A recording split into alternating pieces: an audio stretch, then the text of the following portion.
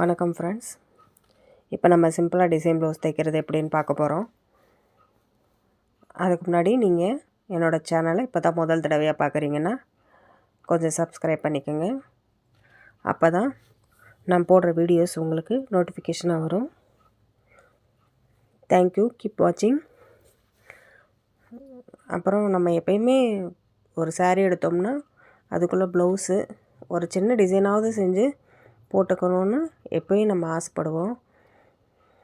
இந்த மாதிரி சின்ன சின்ன வீடியோஸில் உங்களுக்கு ஒரு ஐடியா கிடைக்கும். இந்த சாரீக்கு நம்ம இந்த மாதிரி ப்ளவுஸ் தைச்சோம்னா நல்லாயிருக்கும் இந்த பேட்டர்னில். இப்போ நிறைய டிசைன்ஸ் உங்களுக்கு கூகுள்லேயே அவைலபிளாக இருக்கும்.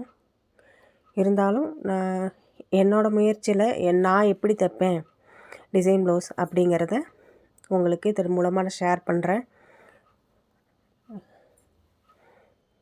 இந்த மாதிரி சின்ன சின்ன வீடியோஸ் பார்க்கும்போது நீங்களே உங்களுக்கே ஒரு ஐடியா வரும். நம்ம இந்த சாரீக்கு இந்த மாதிரி ப்ளவுஸ் தைச்சிக்கலாம், இந்த மாதிரி பேட்டர்ன் தைச்சிக்கலாம் அப்படின்னு உங்களுக்கே ஒரு ஐடியா வரும்.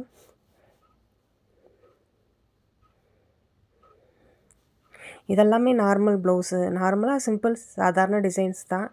இதை விடமே இன்னும் கிராண்டான டிசைன்ஸு, சிம்பிள் கிராண்டான டிசைன்ஸு ப்ளவுஸஸ் எல்லாம் இருக்குது.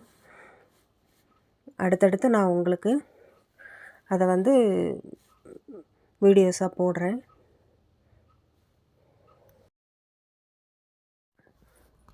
பேட்ச் ஒர்க் ப்ளவுஸில் எந்த மாதிரி கான்ட்ராஸ்ட் கலர் கொடுத்தா நல்லாயிருக்கும் அப்படின்னா, அந்த சாரியில் எது டாமினேட்டடாக இருக்கோ அந்த கலர்ஸ் கொடுத்திங்கன்னா நல்லா அந்த டிசைன் நல்லா எடுத்து காட்டும்.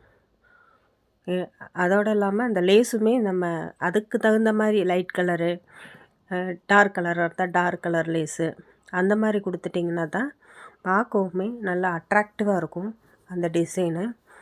இந்த மாதிரி பேட்ச் ஒர்க் ப்ளவுஸில் உங்களுக்கு ஏதாவது டவுட் இருந்தால் நீங்கள் தாராளமாக கமெண்ட் பண்ணலாம். எனக்கு தெரிஞ்சதை கண்டிப்பாக நான் உங்களுக்கு சொல்லித்தரேன். கீப் வாட்சிங், கீப் சப்போர்ட்டிங் மீ.